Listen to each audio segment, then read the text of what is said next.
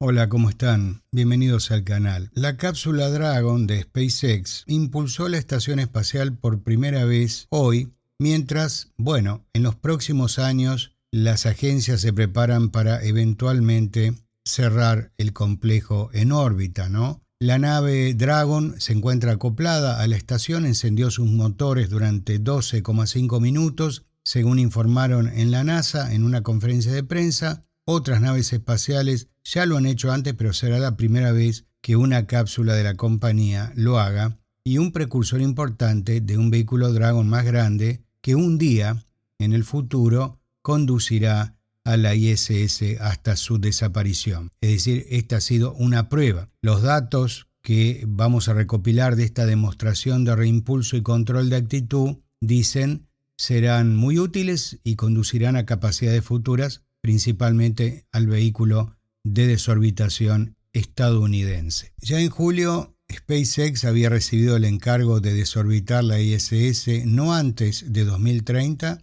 una vez que las nuevas estaciones espaciales comerciales estén listas para reemplazar a este complejo envejecido. La empresa va a utilizar una Dragon más grande que esta, gigantesca, para esta tarea, por lo que la prueba que se hizo hoy es útil sin duda. La ISS está a unos 400 kilómetros en órbita baja terrestre.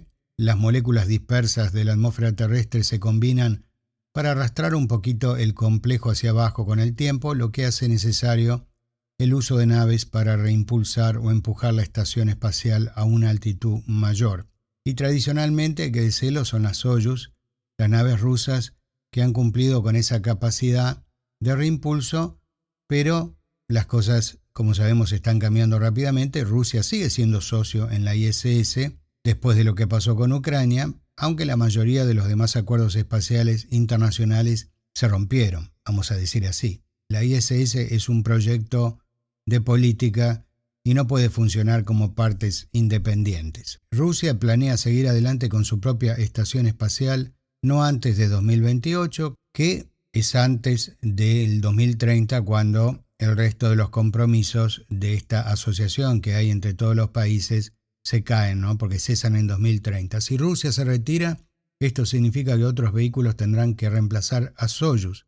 Por ejemplo, la NASA tiene a Cygnus, que es una nave de transporte sin pasajeros de Northrop Grumman desde el año 2022. Fue una buena demostración.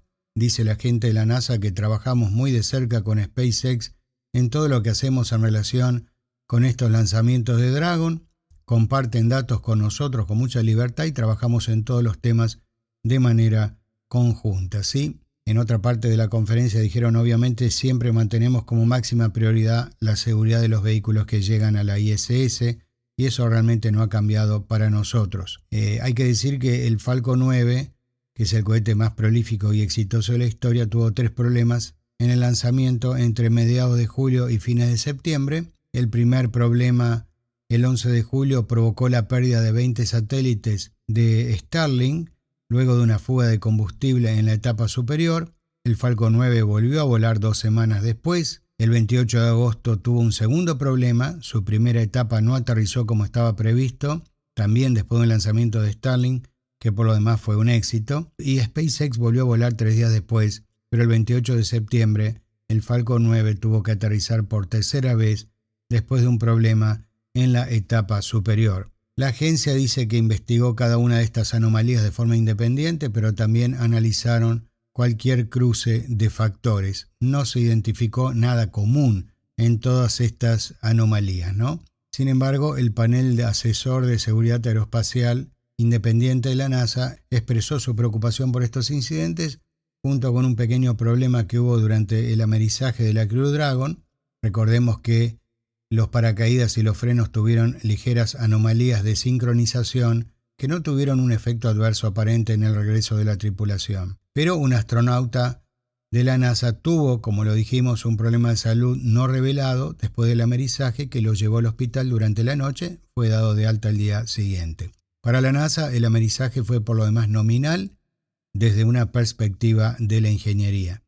La NASA tampoco estableció, vamos a decir, ningún vínculo entre el incidente médico y el desempeño de Dragon. Pero claro, todos estos vuelos requieren una vigilancia constante para garantizar la seguridad de los astronautas y de la misión.